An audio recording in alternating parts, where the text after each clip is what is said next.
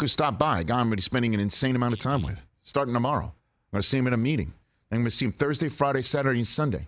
And then I'm going to close my eyes like you play Tetris. Remember you used to play Tetris? You used to see the blocks drop? I'm going to see Daniel Jeremiah when I close my eyes. Then I open them up. And I open my ears right now and I welcome my buddy Daniel Jeremiah, my colleague. I'll be spending an insane amount of time with covering the Combine over the next 5 days on NFL Network right here on the Rich Eisen Show. How you doing, DJ? I'm doing great, Rich. Looking forward to our week here. I'm already in Indy, and at the Combine, you're always trying to find talent, and I feel like I've already found some because I was a little hungry, needed a snack. Yep.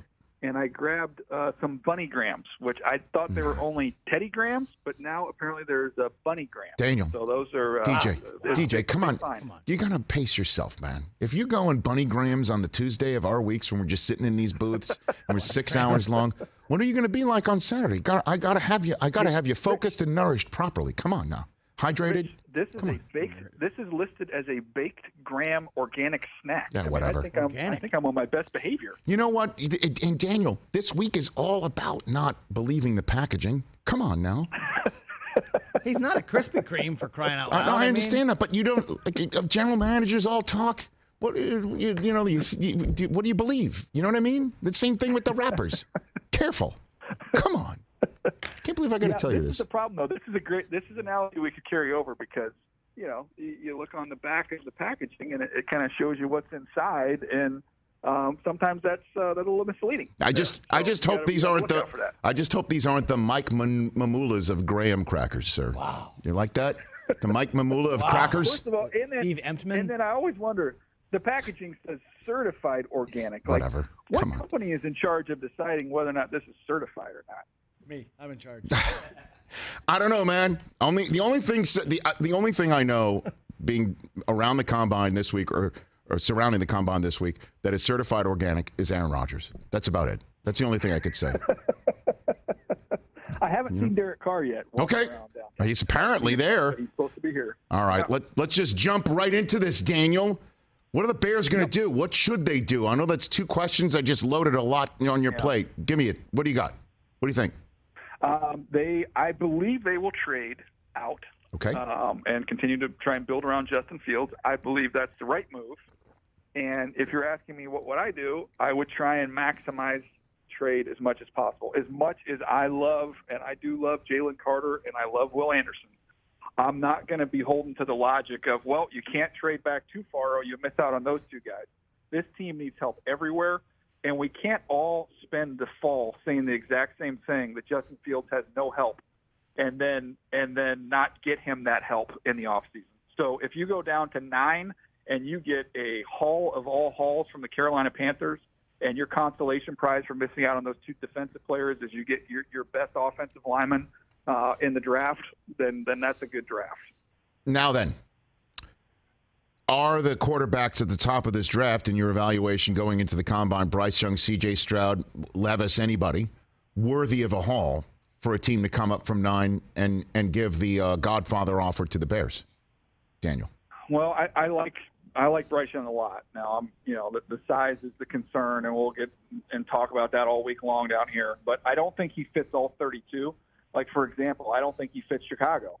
So that would make that decision easier for me, even though I have a higher grade on Bryce Young than I even did on Justin Fields. I think he's just way further along in his development. But I don't think with his size that plays well in Chicago. I just don't think that's a great fit there. I do think it's a great fit for him in those other 3 spots. And if you're Carolina, you've got to get a quarterback. You've got to get one in this draft. In those 2 divisions, the AFC South and the NFC South, that's why I think there's even more motivation. Not only do you need one, but by you getting one, you keep them from another team in your division who needs one. So evaluators who know what you just said, Daniel, I mean, that Bryce Young isn't a fit in Chicago, does that hinder Ryan Poles' ability to get the King's ransom here, or it doesn't matter? They're sitting there at 1. Somebody knows that the Texans are going to grab him, so you better go to 1 and go get him.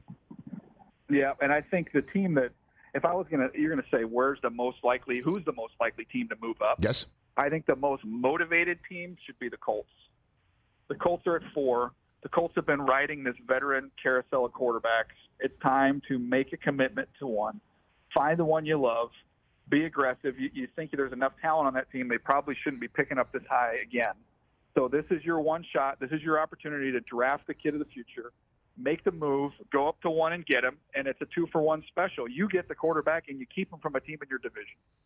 And then the Bears don't have to go too far down. I mean, that is and get one of the two of Carter and Anderson. And that's the Bears' best scenario, and get the most from the Colts they possibly can.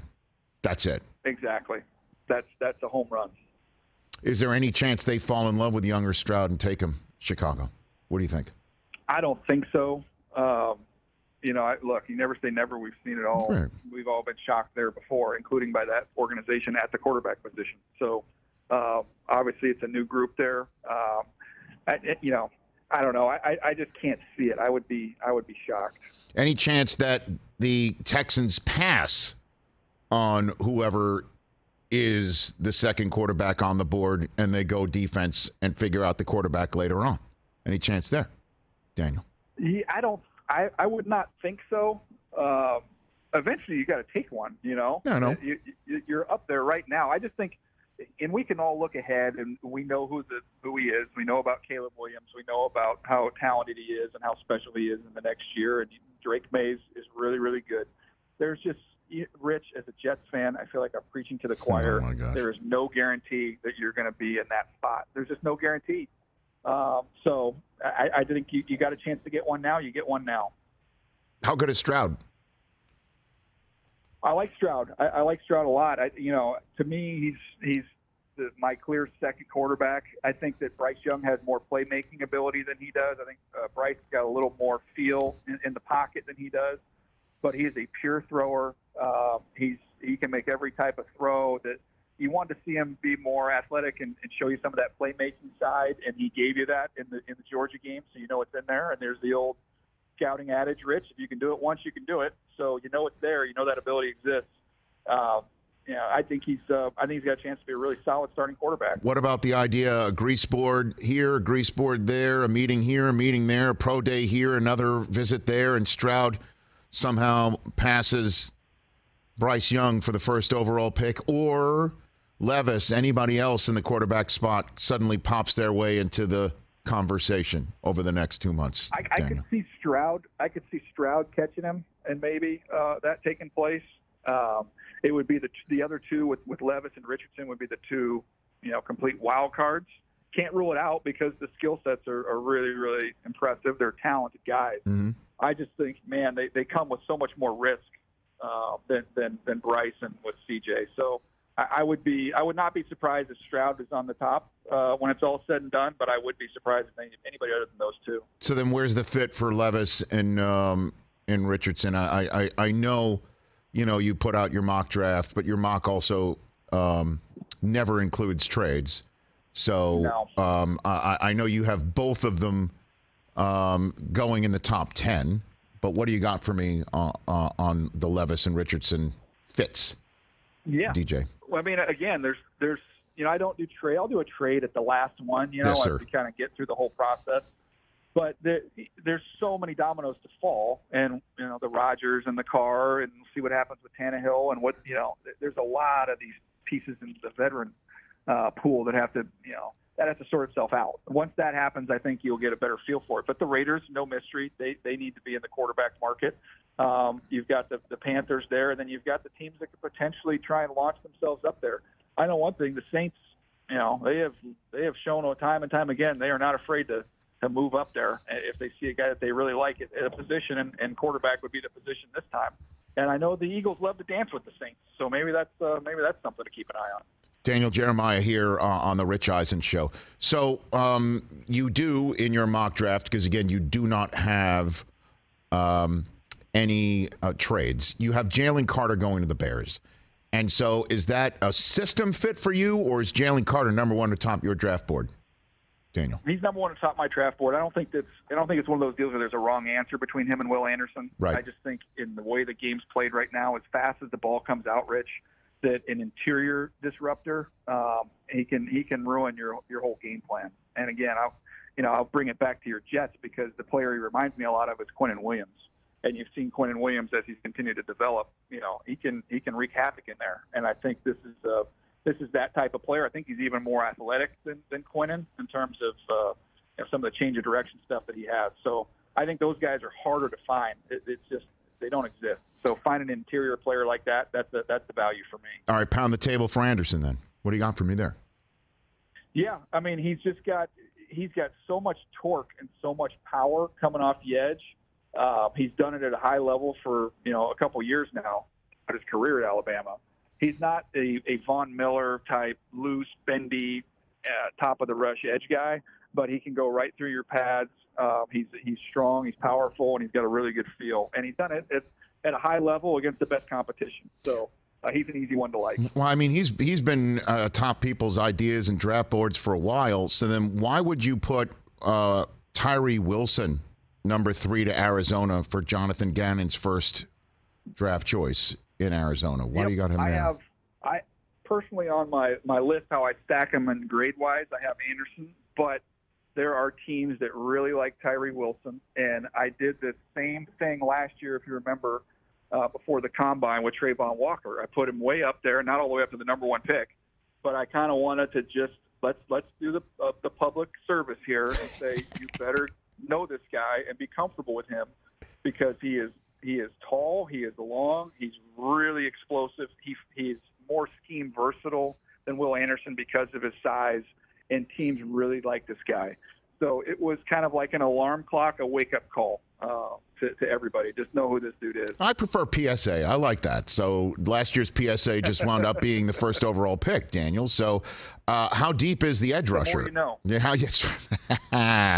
Well, how deep is the edge rusher? Is it the deepest part of the defensive side of the ball going into the combine in the draft, Daniel? Yeah, it's really deep, Rich. I think I have 10 in my top 50. So, jeez, wow. There are a lot of them. It's a good group. So you're going to see them, and there'll be a run on them early. You're going to see a bunch of these guys go flying off the board. I think you'll see some of these guys, even that I think grade out is maybe in the 20s. I think you'll even see, because it's such a premium, that those guys will get pushed up even more. And they're first up. We're going to see a ton of them. Right, and they're first up for us. I mean, the combine's kind of always switching things around. That's the Thursday night group. That's the first ones up, or the defensive linemen on Thursday night. The defense goes first, and then rests, and then the offense takes over. So what do you think? I mean, every year you and I sit there and go, "Oh my God, I can't believe somebody that large is running that fast," And so what do you think this year? We're going to see. Yeah, we're going to see Thursday. it. You're going to see a defensive tackle from Northwestern. Last name Adebaware he's gonna run unbelievable time and jump out of the gym. You're gonna see Keon White from Georgia Tech at over 280 pounds. He might run in the 4.6s. You're gonna see. I think Anderson's gonna run. I believe. I think he'll probably run in the 4.6s coming off the edge, which is a good time, a good number for him. But yeah, you're gonna see some impressive stuff with this edge group. Will McDonald from Iowa State's gonna jump probably 40 inches and broad jump close to 11 feet. Like it's a talented group. It's not just the production that they have and their skill, but it's a really, really athletic group. And Rich, free of charge. Yes, sir. You can go with it's opening night, and we're looking for defensive linemen that can close. There you go. It's free. Ladies and gentlemen, Daniel Jeremiah. There may be an I in Daniel and Jeremiah, but you're a team player, sir. So let's move before I let you go to the offensive side of the ball. It wasn't lost on me, Daniel Jeremiah, on Super Bowl night. Sky Moore and the great running back from Rutgers, Pacheco, both rookies scored a touchdown in the Super Bowl, and Brock Purdy damn near made the Super Bowl. I will be my head's going to be on a swivel. Every single kid that's participating in this combine, you never know anymore.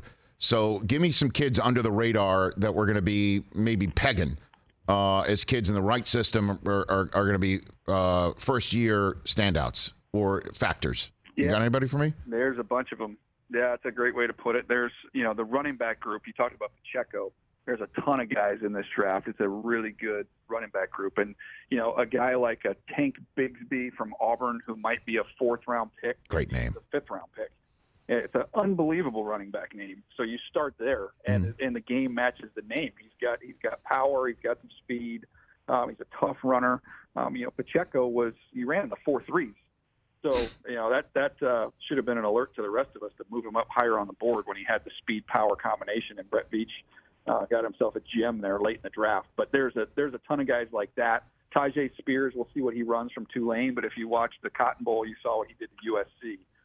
He's a great player. We'll see, how he gets pushed down because of just the sheer number of running backs that we have. But that's just one example, one position, Rich, where you're going to see. I think I have maybe 13 guys that I identified that I think have the ability to be starting running backs in the NFL. 13. Jeez, wow. Which is just absurd. And those guys are not all going to go in the first 2 rounds. You're going to see those guys on day 3, a good number of them. Well, that's good. So call your shot, and who's got a shot to run the fastest? Well, I think that the running back from A&M would have run the fastest, A-Chain, but I don't know if he's going to run because he's been a little nicked up. But he would be my choice. The other one I would say is there's a corner from Oregon, and Christian Gonzalez is a great player.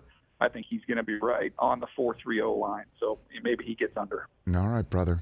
Daniel, I will see you in just a few days, and by that I mean 5 minutes ago. I'll see you tomorrow. Come on out here. I've got Bunny Grahams waiting for you, buddy. Bunny Graham. No, sir. I gotta focus, man. I can't show up on Bunny Grahams, man. This is gonna be a long day. You know how it works. You and I 2 hours in, we're looking at each other like, "Where's lunch?" And it's nighttime. You know what I mean? Like, what's happening? Like, you know how it works. And all along, it's been sitting on that back table. Exactly. And then 9 o'clock, 9:30, we're leaving the booth, and you look at that donut that's been sitting there for 4 hours, and it looks great. And you're like, "Do I?" Like, you know how it works. So, you get your combine goggles on. Combine goggles is a great call. Tuesday Bunny Grahams are just it's a red flag. I'm not going to lie, but I hope we can get through it. Daniel, thanks for the call. All right, See you soon. I'll work on it. See you tomorrow. That's Daniel Jeremiah, everybody. Combine goggles. You're writing it down. Combine goggles. All right, that's a great fantasy team name. Very funny. Catch the Rich Eisen Show every single day on the Roku channel, 12 to 3 Eastern, for free.